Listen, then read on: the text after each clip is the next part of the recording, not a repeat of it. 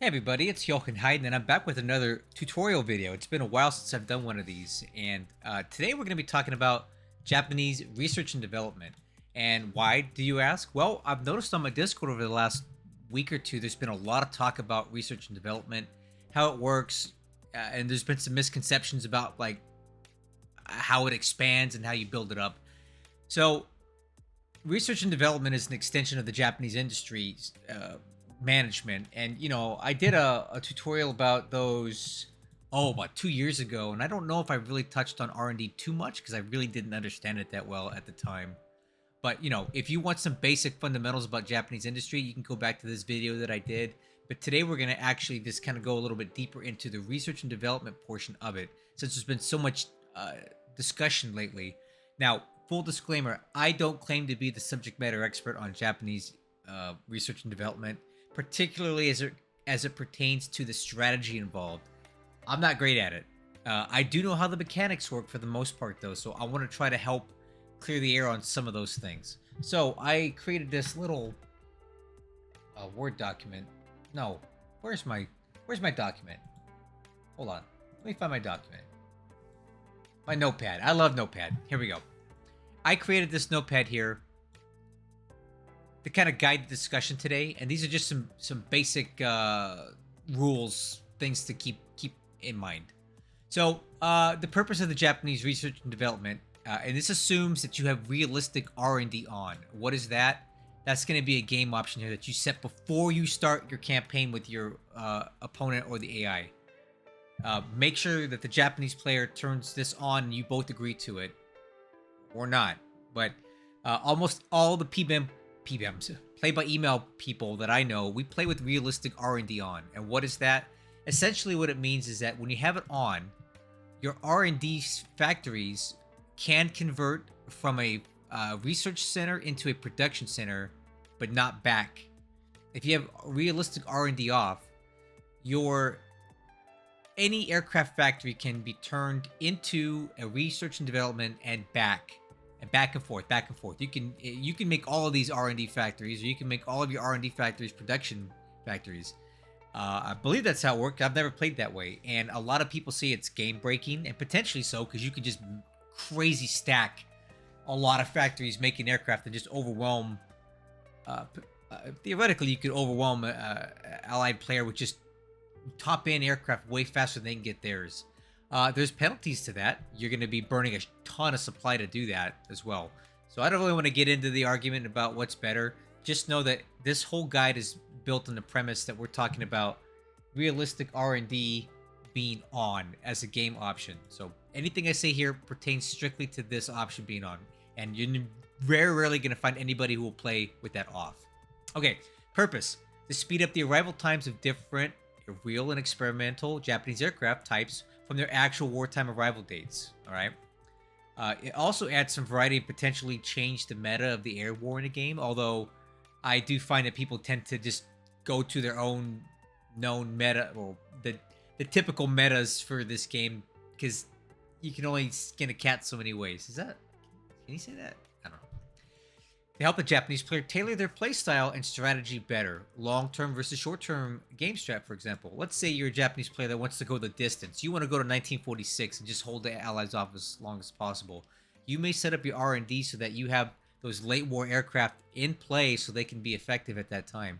Or if you're all about the auto victory and you want to just smash the Allies in 1942, you may want to stack really heavy on the 1942 really good Japanese aircraft and just go all in to try to win in 1942 because you don't want to go past 1943. Your R&D selections and choices can help you with that. Now, again, I'm not here to teach you strategy about R&D. You can come to my Discord and ask the real pros about that. I'm just going to tell you how it works. All right. So this video is going to basically go over these topics as best as possible. So the first general note I'd like to share with you, and as a general rule, an aircraft R&D factory will fully repair approximately at 2/3 of the date of the actual arrival day, plus or minus a little bit with, Gary Grigsby's dice rolls. So what does that mean? It means that the math of the game and how it calculates how factories repair is roughly equivalent to 2/3 of the date of the arrivals. What do I mean by that? Well, let's look at one. We're going to look at R&D here, and let's pick an aircraft type that we want to research. This Toka thing, I think it's a rocket or whatever. It's some sort of jet. I don't know. It arrives at December 1945. Good luck getting there in this game. All right, so if we were to take this factory and expand it all the way up to a size 30, and we'll get to why size 30 is important, but let's assume we're going to rebuild it to a size 30. It would take approximately 2/3 of the time from where we're at right now to get to this date. So we're looking at maybe 1943. I don't know. I'd have to count the months, but it would take about 2/3 of this date to get to fully repaired before the factory can start contributing R&D points. Okay. Now, if you have aircraft that arrive sooner than that, like this guy, this 1242, this factory would fully repair itself approximately 8 months, like August 1942. Okay, and then it would start contributing R&D points to lowering this date. So that's something you need to keep in mind. 2/3 of the arrival date is approximately when this thing will get to 30, and you want 30 because that's when you're going to start getting daily R&D contributions. Don't ask me why that is. It's just how the math works out. That's other people smarter than me figured that out. Maybe at the end we'll do a couple of practical exercises to show you how this works. Actually, we will. But let's continue on. Engine R&D factories expand differently than aircraft R&D factories. These expand at 1 per day, just like conventional industry does, assuming you have 10K or more supply at the base. So, engine R&D, which is here, are going to be these guys here in gray. You see how they say R&D? These will expand 1 per day if they need to be repaired. So let's say this IHE HA60, we want it to go up to size 30 on it, right?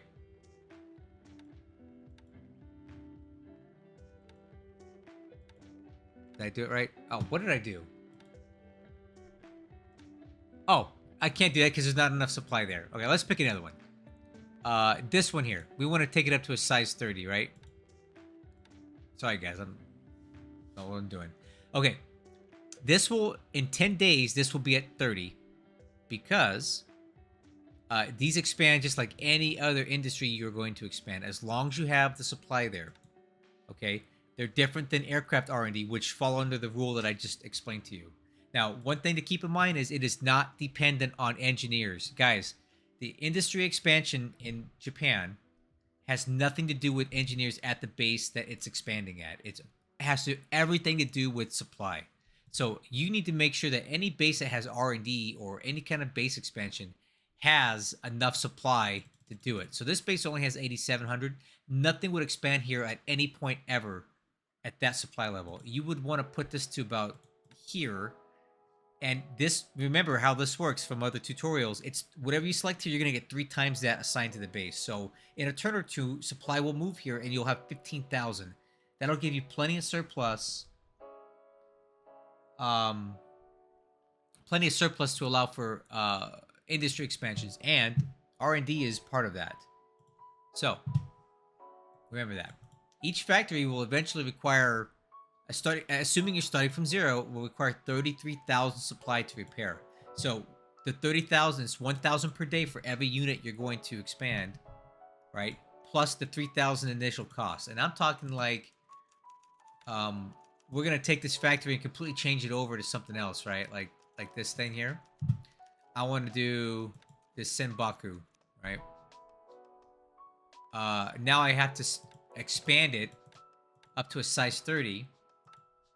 Okay, that's 16. All right, so it was at 1. So let's call it 29,000 or whatever. It cost me. It's gonna cost me. Actually, no. It's gonna cost me 30,000 to repair this, plus the initial cost to expand it. Right. So keep that in mind. This is very supply intensive. This stuff that we're doing in here, and you got to make sure you manage that. Let's see here. Typically, factories should be repaired to a size 30 for optimum results. Again, this is Gary Grigsby math. The smarter people around here have determined that a size 30 is the optimum. At 30, when you repair it to a size 30 factory, once it's at that 30 out of 30, it's going to give you 1% of research per day towards whatever it's researching. All right. You can go higher than that, but studies have shown that it's not really worth it. It takes longer to expand it. There's more supply cost, and it doesn't necessarily always give you more research points. So just go for 30 for all of your R&D. Okay. As I said before, R&D factories contribute 1% of research per day once they're fully repaired. And if you have an engine bonus, which I'm about to talk about, you get 2% per day. What is an engine bonus? Well, for these aircraft types, if the engine that the aircraft that you're researching uses has 500 or more engines in the pool, it doubles the research that the factory can do per day. You have to remember one thing though. For every factory that it's getting that 2%, it burns one engine. Let me try to explain this to you. So let's go look at this. The A6M30, right? Okay. This thing uses the HA35 engine, which is a very common engine for the Japanese. So, let's say we are researching the A6M3, and these eventually we pair up to size 30s, and they start contributing research points every day towards the A6M3, trying to bring this arrival date down. It'll do 1% per day. However, if we manage our engine output and we start building a lot more of these HA35 engines, and we have 500 or more in the pool, you'll now make 2% per day per repaired factory, and that contributes twice as fast towards reducing the amount of time until the aircraft can get there. But for every one of these factories that are researching an aircraft that are fully repaired, it's going to burn one of those engines. So you need to make sure you have enough capacity in your engine production so that you can build the types you're already building that you want per day, and have enough engines to basically burn one just for research. So that's what, if you ever heard of the engine bonus, it pertains to this. This is scenario 1.5. This is my scenario that I made. I think that's what we're looking at here. So for example, I tend to want to research the KI-40 for the 2A Tojo, right?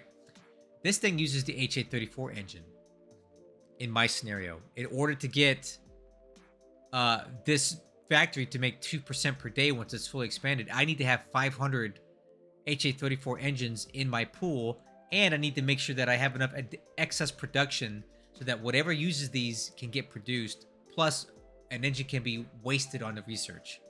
All right, I hope that makes sense to you. If it doesn't, let me know. All right, an aircraft type with... Oh, we were talking about that. Okay, at 100% research, the arrival date of an aircraft or engine advances 1 month. Okay, so what does that mean? Once we get to, for example, let's look at this one. The Aichi HA60, right? These are already fully expanded. They come this way from the start. These will start contributing research points every day, 1% per day. So I have two factories that are fully repaired, right? There's zeros in the parentheses. All right, these aren't 30, they're 80 and 40. Don't worry about that. That's just how the scenario is made. So every day, we're going to get 2% towards our research and development percentage. You see it up there, it says R&D 0. Tomorrow, when I run this turn, it would say 2%, then 4%, then 6%. Once it gets to 100%, this date comes down 1 month, and it will say 942. Then it resets. Then it starts creating research points again. When we get to another 100, it's going to go down another month. So just knowing that, you know that every 50 days, we're going to reduce this date by a month. So it's not going to take a lot of time off just having two factories. And we're going to talk about how many factories do you want to put towards something, because it's going to speed this up, but there's math involved. I'm not great at math. All right. Continuing on. Okay. It is critical to understand that the upgrade paths for aircraft in your specific scenario... Oh, no, it's a critical... Okay, let me reread that. It's critical to understand the upgrade paths for aircraft in your scenario to save time and supply. What does that mean? Okay, so let's take an aircraft, for example, the A6M2 Roof. This is the float plane fighter that the Japanese get that's based off of Zero. All right, well, this has an upgrade path. So this plane naturally wants to upgrade into the next type, and that type is determined by the scenario. Okay, so you need to know your specific scenario, what the upgrade paths are. What does that mean, and why is that important? Okay, let's say we're researching this roof, right? And we get to 30 out of 30, or 30-0, which means it's fully repaired. Once it gets there, it's going to contribute research points. Once we get to the actual arrival date, there's 3 options for you. Option 1, you turn this factory into a repair factory, actual production factory, in which case this thing leaves your R&D total forever and just switches over to an aircraft factory, and now you can start building that aircraft, but you can't ever go back to research and development with it. Or once you get fully repaired here, you can start researching the next type in the chain without having to rebuild the factory. So what would be the next aircraft in the chain for that? Well, I happen to have a guide for you that you can use. It's based off scenario 1, and I have one for scenario 2, but different scenarios may be different. Let me bring this up for you. Here's a guide that this really Hansberger guy made years ago, and it's awesome. All right, you want to have something like this when you're planning your R&D. So if you look at the A6M2 Roof, the natural progression for it is to go into the A6M5.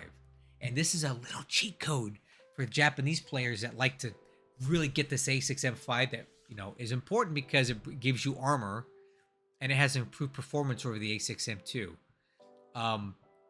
This float plane naturally wants to upgrade into the A6M5. So, with that being said, you can save yourself a lot of time and a lot of supply by just taking this and converting it over to the next aircraft in its natural progression. When you do that, this stays at 30 and that stays at 0. You pay no supply, and it immediately rolls over into creating research for that next aircraft type, the A6M5, which is a very good aircraft for 1942 if you can get it. All right. Now, let's say you don't do that, where you take an aircraft type that's kind of dead end or something like, I don't know, you want to go from the A6M3 to the A6M8. I don't know. Here.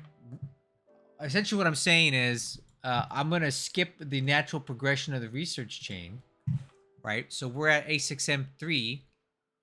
You can't just go to the A6M5 and immediately start researching that and not have the factory you have to rebuild and start over.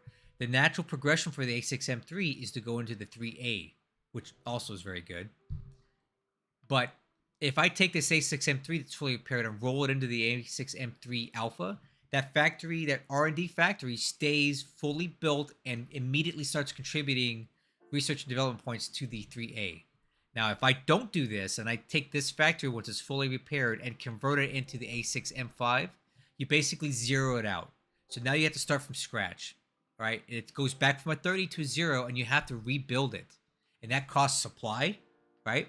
It's going to cost another 30,000 supply. Plus, you're going to have to re-up the, put it back to 30.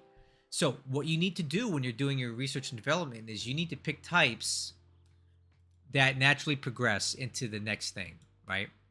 So if I want to research the 2A Oscar, if I want to get to this KI-43-4, you want to go through the natural progression here and not skip anything. If you try to skip ahead, you're going to zero out the rebuild on that factory. So plan your research accordingly. Have a guide like this, or go into Tracker for the scenario that you're using and look what the next upgrade is for the type that you're on, so that when you get to 30-0, you can just swap over to the next aircraft in the line and not have to spend any supply and not have to rebuild the factory, and immediately start contributing more research points into that next type. That's what I mean by knowing the upgrade path. All right. If you just klutz through this, you're going to waste time and waste supply. Okay. And again, number 8, plan out your entire R&D plan before you input it into the game, because it's next to impossible to revert. All right. Let me explain to you what I mean by that. This screen sucks. This game's UI sucks. There's no getting around it. It's old, and it just wasn't very well optimized, right? It's not 2024 efficient.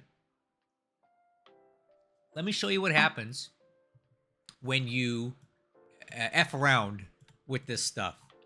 See this factory? It's fully repaired. It's fully producing. Once we get to this R&D date, I could turn this factory into a production factory, and it's going to start creating 40 engines a month. This one will do 80 engines a month. All right, it's already done. You've spent the money and it's producing. Look what happens when I change my mind or I didn't plan something out. I'm like, oh crap, wait, no. I just spent money to upgrade this factory here, but I really wanted to do an HA35. So let me just switch it over real quick. Well, look what happens when you do that. I just zeroed it out. Now we're starting all over again. That factory that was producing for me now is back to 0, and now I have to spend 60,000 supply to fix it. So there's really no going back without wasting a lot of supply, and supply is critical to the Japanese player. You don't have enough of it, and you don't want to be wasting it on misclicks. And I will say the clicking that you have to do on the Japanese R&D is one of the most miserable things of the Turn 1 Japanese setup, because it is just not easy. Like, look what I have to do to get this. Let me pick one over here. Look what I have to do to get this George factory to a 30 if I want to. Look what I have to do. 1, 2, 3 clicks. Now look at this one. Look how many times I have to click to get. Let's say I want to make this Emily. Let's say I want to make do the roof on this. Okay. Look how many times I have to click to get this to a 30. Are you ready? 1, 2, 3, 4. Don't ask me why it does it this way. This is dumb. 5, 6, 7, 8, 9. There's like 10 clicks I had to do just to get this one factory up to 30. And there's 77 to 81 of these things, depending on what scenario you're on. That's a lot of clicking. So if you're going to start clicking, make sure you get it right from the start. So get some paper out and plan all this crap out. How many factories of each type you want. What aircraft you're going to research. Make a little Excel spreadsheet and get it locked in on paper before you start going into the UI and clicking. Oh, you're going to regret it. I swear you'll regret it. Ask me how I know. Screwed this up enough. Okay. Ensure any base that has potential to expand R&D has 10K plus supply at all times. So I told you how long it takes for these factories to repair. And I told you that it's not automatic every single day, right? So if we're looking at Tokyo, for example, you can see we're researching the Ki-54C Hickory, all right? Let's say I don't leave it, I don't change it, and I wanted to research that. That plane doesn't come out for a long, long time. And it could take months for just this number to go up by 1. However, if I don't have at least 10K supply at that base on the day that the Gary Grigsby dice decide it's time to expand that research factory, you're gonna miss it. It's gonna come and go. So remember, R&D can take years to get to 30. And you want to make sure you have enough supply at any one of these bases that has the capability or potential to upgrade or expand its R&D. You don't know what day it's going to happen. It's Gary Grigsby decides it with some math. But you got to have the supply there to do it. So like over here at Nagaoka, right, or Nagaoka, it only has 1,400 supply here. Well, that's not going to do anything for me. So what I need to do is put enough supply here, or request enough supply so that the system moves supply here so that it's got the supply it needs and it's ready to expand whenever Gary anoints another factory to be repaired for that industry. Have the supply ready to go. If you're running it low like this, it's never going to expand. Your R&D, you'll miss opportunities for that factory to expand when Gary rolls his dice for that turn and decides you've been blessed with another expansion. Have the supply at every one of your R&D bases at or above 10,000. I like to run it at like 13 to 15,000 just to have the margin, or you're going to miss opportunities to expand, and it's going to delay your R&D. Remember, you get nothing until your factory is fully repaired. So if you're at 29 and you need that one more, but you missed it that turn because you didn't have enough supply there, that's at least one more turn you're not contributing to your R&D, right? Good. Remember that. And again, the engineers have nothing to do with the expansion, guys. The engineers only help you rebuild the port, the airfield, the fortifications, and repair stuff.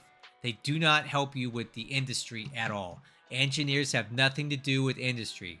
I'll say it one more time because it's a big misconception. I saw it on Discord recently. Engineers have nothing to do with the industry. Only the base infrastructure. Got it? So don't worry about engineers when it comes to industry stuff. All right. Okay. Last thing, R&D factories can be converted into production factories once the assigned aircraft is researched, or you can roll them over to an aircraft type to research. And I already talked about that just a little while ago. Once your factory is fully repaired and that aircraft date becomes available, you have to decide, am I going to turn this factory into a production factory, or am I going to roll it over into another aircraft type to research? All right. And you'll do that on this screen.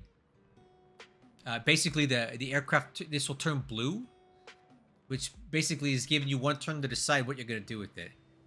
And it'll either turn into a factory over here, or you roll it over to a new aircraft type. And again, hopefully you've chosen wisely with these, and you're going to roll it over into the next upgrade so that you keep your fully rebuilt factory and immediately start contributing and don't have to rebuild it from scratch. Okay? Good. So, I think I've covered the basics of this. Hopefully you understand it. If you don't, come over to Discord, we'll talk about it. Let's try to do a practical exercise here. And again, I am not great at math, and I might actually screw this up. So if my math is wrong, put it in the comments, and I'll put an addendum in the video description about how I screwed this up. Let's just do an example. Let's go find an aircraft type. Let's find something that's like 1943. Is there one?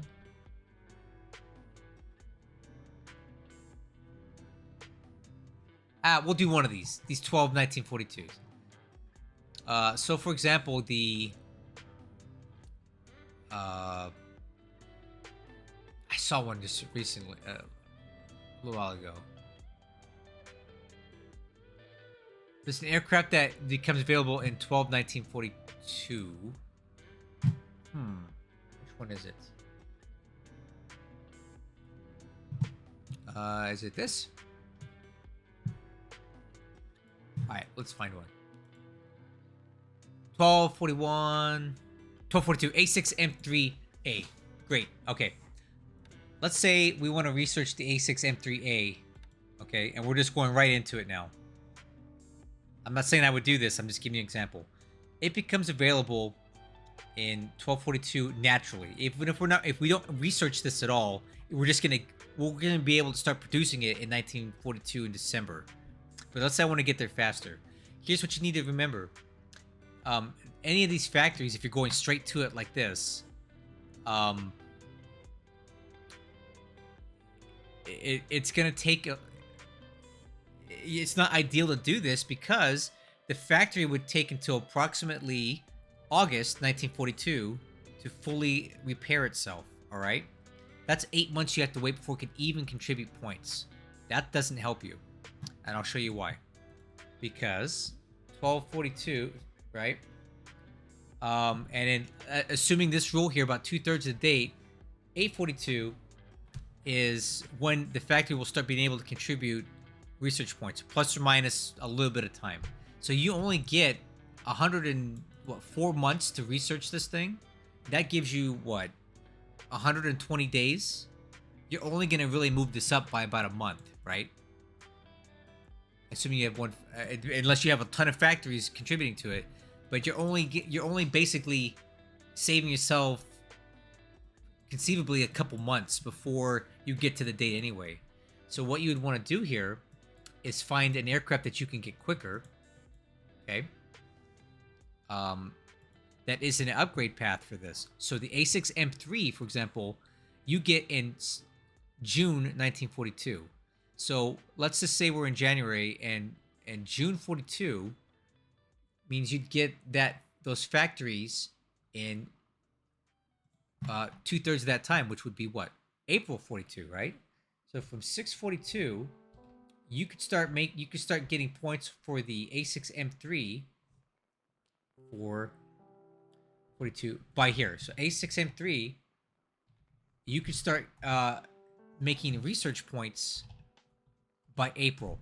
All right. And remember, every factory is 1 to 2% per day, depending on your engine bonus. Now, what do you do when your A6M3 factory fully repairs? Well, if I really want the A6M3A, which is better than the A6M3, I'm gonna actually start researching the A6M3 first, and I'm not gonna go straight to this, because remember, if we were to research this first, the soonest we could actually start making research points on it would be 842. But if I have like 10, let's say I have 10 factories, 10 factories R&Ding the A6M3 because I really want this A6M3A. I'm not saying you want to do that. I'm just giving you an example. I could have 10 factories fully repaired on or around April 1942, as opposed to August 1942, which means I have 8 months to start contributing research points towards this thing.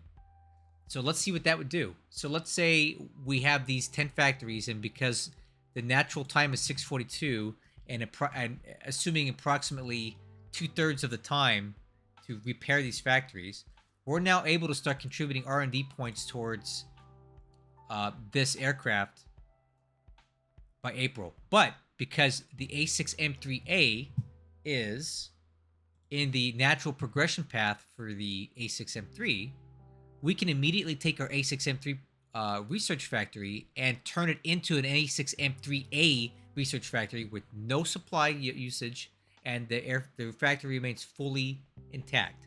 So now we start producing research points towards this aircraft 4 months quicker than we could have if we'd gone straight to this. All right.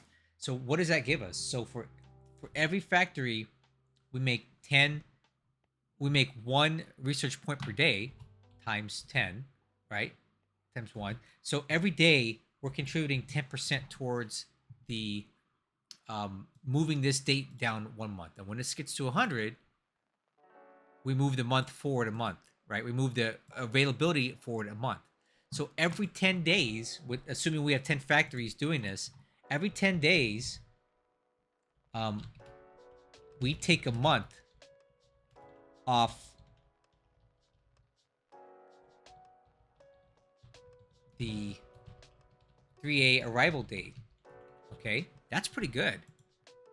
Now, if we have the 500 engine bonus, which is very possible in this game, now we're doing it in every 5 days. So you can see we could be making 20% a day. And that's only every 5 days now. We're moving this forward a month. So you could get this aircraft in what? How many months is that? 8. Let's see. 5, 10, 15, 20. 25 days. In 25 days, you can move this arrival time up by 5 months. Right? Every 5 days is 100%. That gives you November, October, September. So in 25 days, you could have this aircraft ready to go by July, or if you another 5 days, June. So in a couple months, guys, in a couple months of research, you can have the A6M3A ready to go. So do you understand why it's important to plan this stuff out, and why it's important to know your upgrade paths, and why it's important to think about this stuff before you start just going straight for these aircraft, right? Okay, let me give you another example, and this is very common. People love the A6M5, okay? It's very powerful. Naturally, you wouldn't get this until August of 1943. And by that time, you're screwed as Japan anyway. Like, the Allies are really getting going, and it's a little late for that. But you can get this aircraft way faster than that. Let me explain. You see what the natural progression is here for the A6M5? You can come down this way, which takes forever, or you can do the little cheat code here. And don't ask me why this game is set up this way. I don't see how this makes any sense. But the roof float plane fighter is available in 442. All right, so let's pretend we're in January. Let me get my calculator because I can't do math. Calculator. Okay. 4 months divided by 0.67. What? No. 4 times 0.67. So in a little less than 3 months, guys, if you have 10 times A6M2Ns, right? You can be researching these, let's just call it by March 1942, all right? Assuming approximately 2/3 that date. You could be having 10 factories of these A6M2Ns producing 10% a day towards researching whatever, the A6M2N. But I don't want that. I don't give a crap about this thing. Not like that. So what am I going to do? As soon as these fully repair to 30, which they should do in approximately 2/3 of the arrival date, which is April 42, which will give you approximately March 42, I can now take these 10 A6M2Ns and convert them into A6M5 factories. Why? Because the A6M5 is a natural upgrade to this. And when I do that, we immediately start contributing 10% a day towards the A6M5. And once you get your 500 engine bonus, which you could probably do by April, now you're making 20% a day towards the A6M5, which means you could easily fast forward the A6M5 deep into 1942 and shave off months and months and months and get that aircraft into the field in 1942, where it can be very powerful and very effective against the later American and Allied aircraft, right? It's got armor, which means your pilots can survive longer. It's faster, it flies higher. It's better than the A6M2 in most ways, except for maybe a little bit of maneuverability, and even then it's not that much. But the armor alone makes it worthwhile. So you can see now why this research and development stuff is so important that you plan this out. And you need to know these upgrade paths. So this is a little cheat code that I wouldn't call it cheat code. I mean, everybody knows it more or less, but this is why people always research the A6M2N, that roof, because you would think, well, who the heck cares about a float plane fighter? Why am I going to invest that much into it? They're not investing into the float plane fighter. They're investing into the A6M5, and they could fast forward their way to it a ton with this method. So again, plan your stuff out. Know your upgrade paths, okay? Game plan it out. Put it on a spreadsheet before you implement it into the game. And I promise you, you'll save time and save money, money being supply,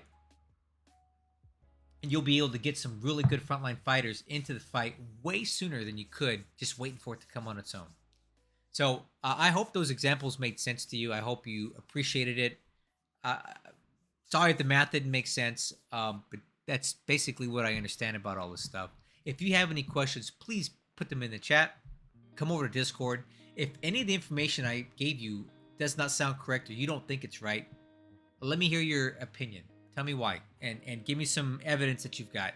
And you're not going to find a lot of this in the manual, guys. Good luck. This is the stuff that I've learned over time on the forums, in the manual to some extent, talking to really smart people who've been playing this game a lot longer than me, like my friend Parmentier, Hector on my Discord. He's great with this stuff. Desert Wolf. Oh, God bless Desert Wolf. My great friend and my mentor.